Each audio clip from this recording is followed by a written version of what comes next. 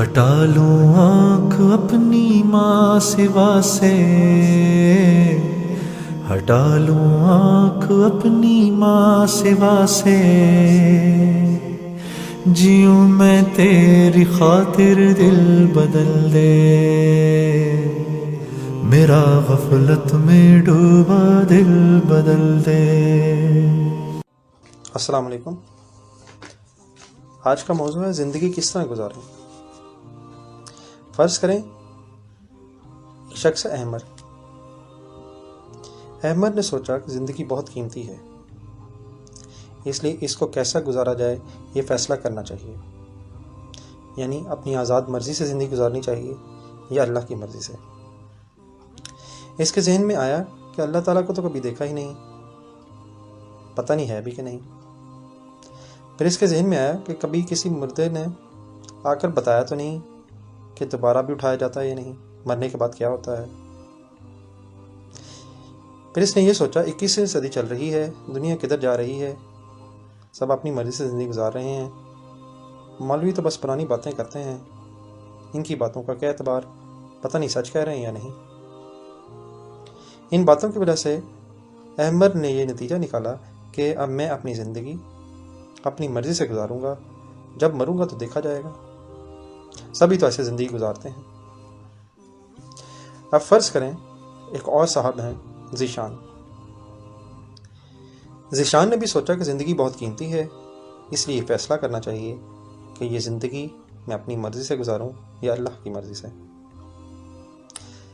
جب اس نے اپنی زندگی کے بارے میں سوچا تو اس کے ذہن میں آیا کہ آج سے کچھ عرصہ پہلے تو میں دنیا میں موجود ہی نہیں تھا، پھر میں ایک نطفے سے پیدا ہو گیا، پھر میں پیتا دودھ رہا اور بنتی میری ہڈیاں اور گوشت نہیں، کیا یہ میں خود بناتا رہا؟ اس کے دل نے جواب دیا بے شک نہیں۔ پھر اس نے سوچا میرا دل دھڑکتا رہتا ہے، سانسیں چلتی رہتی ہیں، میرے بال میرے ناخن بڑھتے رہتے ہیں، کیا میں نے اپنے آپ کو خود زندگی دی ہے یا مجھے کسی نے دی ہے؟ اس کے دل نے جواب دیا یقیناً زندگی تو دی گئی ہے۔ پھر اس نے سوچا کہ اب زندگی دی کس نے ہے، وہ تو نظر نہیں آ رہا، اگر نظر نہیں آ رہا تو کیا بنانے والے کا انکار کر دوں؟ پھر اس کے ذہن میں مختلف قسم کے خیالات آنے لگے۔ نمبر 1، اس نے سوچا موبائل بنانے والا، گاڑی بنانے والا کبھی دیکھا تو نہیں، تو کیا کبھی ہم نے یہ کہا ہے کہ ان کو کسی نے نہیں بنایا؟ اگر ہم نے نہیں بھی دیکھا تو کوئی تو ہوگا جس نے اس موبائل کو بنایا ہے، اس گاڑی کو بنایا ہے۔ نمبر 2، اگر میں بنانے والے کا انکار کر دوں تو باقی ہم کون سے؟ مثلا اب فرض کریں کہ کیونکہ ہم نے اللہ تعالیٰ کو نہیں دیکھا اس لیے اگر اس کا ہم انکار کر دیں نعوذ باللہ تو اس کا نتیجہ کیا نکلے گا؟ اس کا نتیجہ یہ نکلے گا کہ پھر ہمیں یہ ماننا پڑے گا کہ انسان، زمین، آسمان، اس کا سارا نظام، یہ سب کچھ خود بخود بن گیا اور خود بخود چل رہا ہے۔ زمین خود بخود گھوم رہی ہے، سورج اپنی مرضی سے ہمارے لیے انرجی جنریٹ کر رہا ہے، انسان خود بخود بندہ ہوتا ہے اور مر جاتا ہے، بیج یعنی سیڈز خود بخود درخت بن جاتے ہیں، بارشیں اپنی مرضی سے ہوتی ہیں وغیرہ۔ پھر اس نے اپنے جسم پر غور کیا، وہ سوچا کیا یہ ہمارے کنٹرول میں ہے؟ کیا اگر ہم چاہیں کہ ہم کچھ دیر کے لیے اپنی آنکھیں نہ جھپکیں تو یہ ہو سکتا ہے؟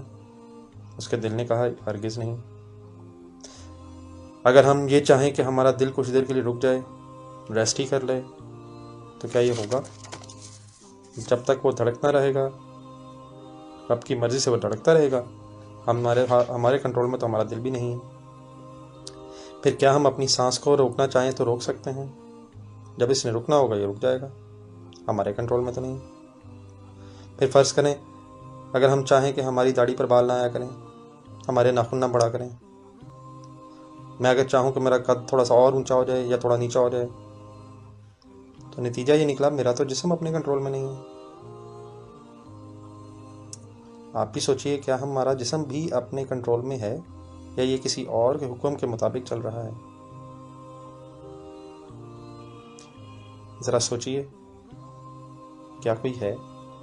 اپنے دل کی گواہی قبول کیجئے، یقیناً کوئی ہے، یقیناً اللہ ہے۔ اگر میں آپ سے کہوں کہ یہ جو درخت ہے اس نے کچھ عرصے بعد خود بخود ہی فرنیچر میں کنورٹ ہو جانا ہے، تو کیا آپ میری اس بات پر یقین کر لیں گے؟ ہرگز نہیں۔ یقیناً کوئی تو ہوگا جو درخت کو کاٹے گا، پھر اس کا فرنیچر بنائے گا، چاہے ہمیں نظر آ رہا ہو یا نہ آ رہا ہو۔ اگر آپ کی الماری سے نئے جوتوں کا ایک ڈبہ نکل آئے، آپ کو نہ پتا ہو یہ کس نے رکھا ہے، تو کیا آپ یہ کہیں گے کہ یہ یہاں خود بخود آ گیا، یا آپ یہ کہیں گے کہ دیکھا تو نہیں لیکن کسی نے تو رکھا ہوگا؟ اگر آپ ایک نئی شرٹ خریدیں تو کیا آپ نے کبھی دیکھا ہے کہ اس کو کس نے سٹچ کیا ہوگا؟ لیکن ایون دن ہم نے کبھی یہ نہیں کہا کہ وہ خود بخود بن گئی ہوگی۔ کیا کبھی ایک سوئی بھی خود سے بن سکتی ہے؟ کیا یہ کاغذ، پین، یہ سب کچھ خود بن گئے؟ اگر یہ چھوٹی چھوٹی چیزیں خود نہیں بن سکتی تو کیا یہ ساری زمین اور سارے آسمان خود بخود بن گئے؟ اگر بنانے والا نظر نہیں بھی آ رہا تو کیا پھر بھی ہمیں کم از کم یہ ضرور کہنا چاہیے کہ کسی نہ کسی نے تو بنایا ہوگا۔ کیا آپ نے کبھی آئی کیپ کا پیپر بنانے والے کو دیکھا ہے؟ یقیناً نہیں۔ لیکن کیا اس کا مطلب یہ ہوا وہ خود بخود بن گیا؟ کیا آپ نے کبھی پیپر چیک کرنے والے کو دیکھا ہے؟ کیا اس کا یہ مطلب ہے کہ وہ خود بخود ہی بن گیا ہے، خود بخود ہی چیک ہو گیا ہے؟ اگر یہ چھوٹے چھوٹے کام خود نہیں ہو سکتے تو کیا زمین اور آسمان کا نظام کوئی نہیں چلا رہا؟ یقیناً کوئی تو ہے۔ اپنے دل کی گواہی کو قبول کیجئے، یقیناً اللہ ہے۔ کیا ہمارا دل خود بخود دھڑک رہا ہے؟ کیا یہ ہمارے حکم کا پابند ہے؟ ہرگز نہیں۔ کچھ لوگوں کا دل 20 سال، کچھ کا 30 سال، کچھ کا 10 سال، کچھ کا 70 سال دھڑکتا رہتا ہے۔ کیا یہ دل خود فیصلہ کرتا ہے کہ میں نے کس کے لیے 20 سال، 30 سال وغیرہ دھڑکنا ہے؟ یقیناً یہ فیصلہ کسی اور کا ہے۔ اب احمر اور ذیشان نے اپنا ڈیسیژن لیا ہے، آئیے ایویلویٹ کریں کہ کس کا ڈیسیژن صحیح ہے۔ احمر اور ذیشان دونوں ایک رسک لے رہے ہیں۔ فرض کریں مرنے کے بعد پتہ چلے کہ اللہ تعالیٰ نہیں ہے، نعوذ باللہ، صرف بات سمجھانے کے لیے، تو یقیناً ذیشان کی دنیاوی زندگی تو ضائع ہو گئی، کیونکہ اس نے اپنی زندگی اللہ کے حکم کے مطابق گزارنے کا فیصلہ کیا تھا۔ لیکن فرض کریں مرنے کے بعد جو نبیوں نے کہا، جو قرآن نے کہا، وہی سچ نکل آیا، اللہ ہے، قیامت ہے،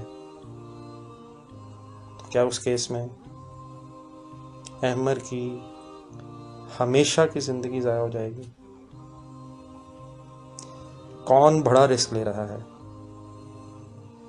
احمر یا ذیشان؟ ذیشان کے تو میکسیمم اگر ضائع ہوگی بھی فرض کر لیں تو وہ دنیا کی زندگی ہے، لیکن احمر اپنی ہمیشہ کی زندگی کو داؤ پہ لگا رہا ہے، یہ ڈیسیژن لے کے کہ میں اپنی مرضی سے زندگی گزاروں گا۔ اگر دل گواہی دے کہ کوئی ہے جو سارا نظام چلا رہا ہے تو پھر ہرگز اس کا مت نکلائیں، اپنے دل کے فیصلے کو قبول کریں اور اس رب کو مان لیں جو سارا نظام چلا رہا ہے۔